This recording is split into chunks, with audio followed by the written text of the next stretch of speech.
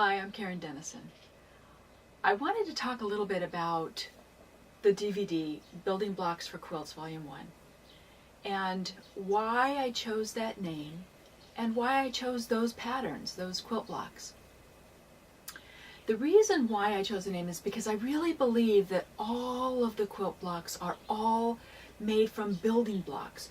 You learn techniques, you learn some basic how-tos, and from there you combine them and add them and mix them up and end up with really amazing stuff. And that's what we're trying to do. We're trying to build building blocks. Are these the quilt blocks that will be the foundation for all of your quilting? Probably not. Some of them I chose them because some of them are really simple and some of them are more complex. Because some of them are very traditional and some of them are more contemporary.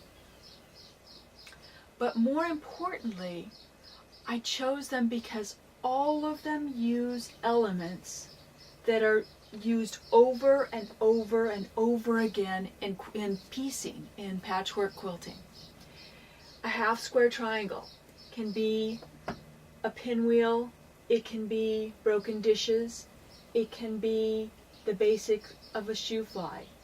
A flying geese can be used in this knot cats and mice, and it can be used in a double sawtooth star, or just a sawtooth star, or an Ohio star, or any number of things. Squares and squares can be used in some different methods, in different quilt blocks. They're here, and they're here. And those two don't look anything alike. And that's the key, is when you start with fundamental basics, if you start fundamentally learning how to do certain pieces of a quilt, then the rest of it is all easy. The rest of it all comes naturally. If you can do a half square triangle, then you can make it into this, or you can make it into this, or you can make it into this. A flying geese is a half square triangle on either side of a rectangle. That's what we're talking about. So I had some conversations last week that made me pretty sad. And they were talking about, well, one woman, I really would like to learn more things, but I don't think I can do it. So I just do the same pattern over and over again. I go, well, do you love that pattern? Well, it's okay. I mean, it's okay, but that's the one I know how to do. Would you have a library with one book in it? It may be an awesome book, but sometimes it's nice to explore.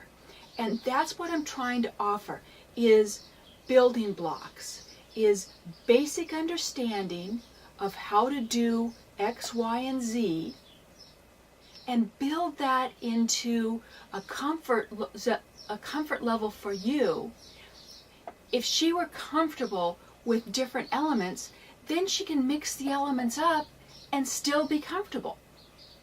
So that's what we're trying to do. We're trying to make building blocks accessible and comfortable so that then you can explore out, you can fill your library up with thousands and thousands of books because they all use the same 26 letters. You just mix them up. That's what we're trying to accomplish. And I really, really want you, you can do this in any number of methods. You can learn the fundamentals in any number of places. This is one place to get it. But please, explore, create, express yourself. And you'll be really happy you did.